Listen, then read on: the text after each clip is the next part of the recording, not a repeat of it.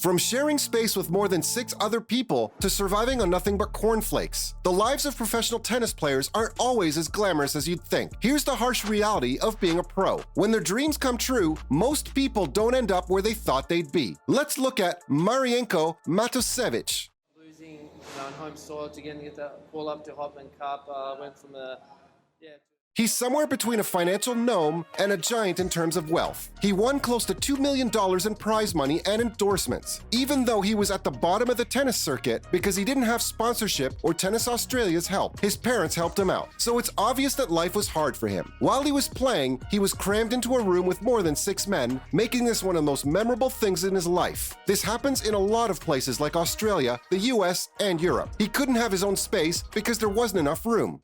chance to win 1 month training here in beautiful Bali at Liga Pro Tennis Academy. Plus, they'd worked out a system to sleep. The winner usually got to sleep in the bed, and the loser had to sleep on the floor. The loss of personal space isn't the only thing these players have to sacrifice. Darren Cahill had to sleep in a bomb shelter at one of his matches. In the 1980s, when he was a young professional on the Swiss satellite circuit, he was glad he didn't have claustrophobia or a fear of the dark. If money was tight, you'd have to do what you'd to find a place to stay. And this was a time when the Swiss franc was so much more expensive than the Australian dollar. The team used to stay in a bomb shelter with a huge vault door. There were about 20 bunk beds and it was dark and quiet, costing them around 10 Swiss francs per night to stay there. For security reasons, they had to lock it from the outside and the players couldn't leave until 7 a.m. Doesn't that sound scary? Much like Cahill, Wally Mazur came from obscurity to make it to the semifinals of major singles tournament. He had to go through a lot though. During the first 4 years of his tour, he didn't have a hotel room to himself very often. He said that it wasn't unusual for 3 or so people to be sharing a room. He had to live like that on the tour for 3 to 4 years. But the thing is that lodging isn't the only problem the new players face. Food's a big issue too. Meals are more expensive for new professionals than travel and lodging.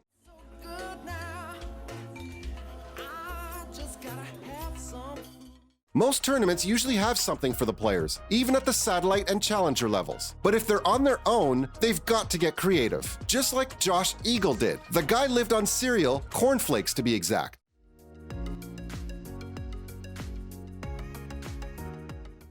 He'd eat them 3 times a day, and things were so tough financially that if they went out for food, 2 people would split one meal and only drink water. Factor in the importance of eating healthy because to maintain a proper diet, it just makes things harder. He often had to skip the salad or side vegetables, and that's not even the worst part. Sometimes players had to be pretty crafty. Cahill had to eat food from tournaments.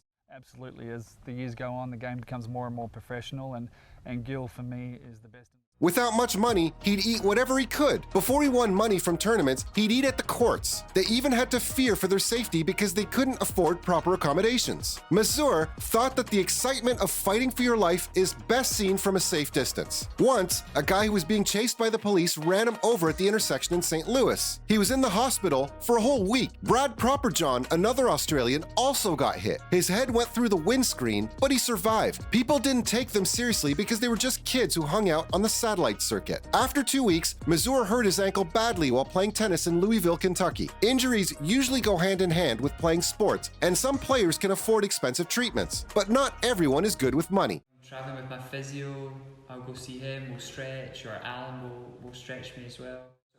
5-10 minutes just to kind of turn my legs over a little bit. Matosevic can laugh about the sacrifices he used to make now. He won almost $100,000 in singles and doubles at Wimbledon. Unfortunately, an hour-long flight back to his hometown would cost him twice as much as he made. I'm around and I made way too many unforced errors out there today. Today and yesterday. Marenko, we've a few days away from the Newcomb medal, and it's a special night where we'll be celebrating. But he was pretty desperate. It's pretty hard to get started in the sport without the help of a federation or a big sponsor. There are just things that they've got to go through on their tours. It isn't easy to be a professional player. They've got to stay in the best shape.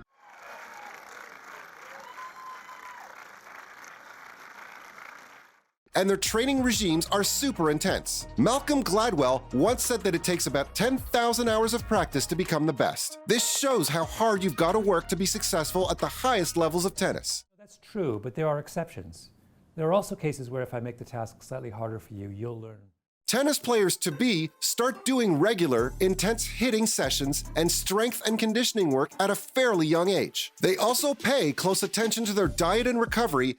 Foods are going to give you all the nutrients that you need, whether they're macronutrients or micronutrients, as well as the mental skills they need to perform at that level. The best players in the world spend at least 4 hours a day on the court, 4 days a week. On the other 2 days, they do less intense workouts. Between court time, they'll do weightlifting, running, and agility drills. When they train at major academies or national training centers, they usually work with coaches, fitness trainers, and sports psychologists. A pro usually spends a lot of time traveling to different places to compete in tournaments. Their schedule tells them how often and how hard they can practice during these times.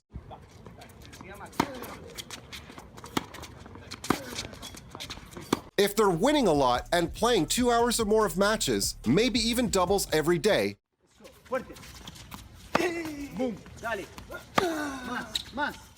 they don't need to spend much time practicing on the court. Instead, they can focus on rest. My home city and all my friends and family and fans will be here, and Get better from injuries and keep up their general fitness throughout things like core training and stretching. On the feet, okay? Don't turn your hips. You're not moving anything. That's what we need. So you are working correctly.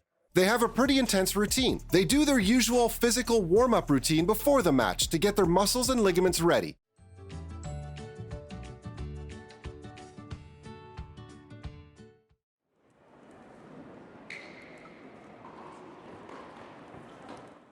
The morning of the match, they practice on the court for 30 to 45 minutes to make sure they're in good shape. Without enough time to rest, a tennis player's schedule isn't complete. During the off-season, or when a player's losing and has fewer games, they have a more difficult training plan. They need to do more work in the gym to improve their strength, flexibility, running, and jumping. During a high-intensity training block, most days will consist of a workout that lasts between 1 to 2 hours. Another important part is practicing on the court. Every day, the average player practices for 3 to 4 hours, usually in 2 or 3 intense sessions. This helps them improve their skills and play more consistently, as well as fix any problems they and their coach may have found. They often train hard for 2 days and then take it easy for 1 day, with the 7th day being a rest day. But the most important work they do is on their mental health. They've sports psychologists that help them however they can. If this didn't make you want to crawl into bed and never come out, I don't know what will. The money they make is all worth it. Pros win prize money based on how well they play in competitions. The prize money for a tennis tournament is decided before the games start. If a player loses, they get money depending on which round they lost in. Payments come from many different sources, depending on the player's rank, country of origin, and popularity in the market. Novak Djokovic has won more money than anyone else on the ATP Tennis World Tour, so it's not all bad. That's all I have to say on the harsh realities of being a pro tennis player.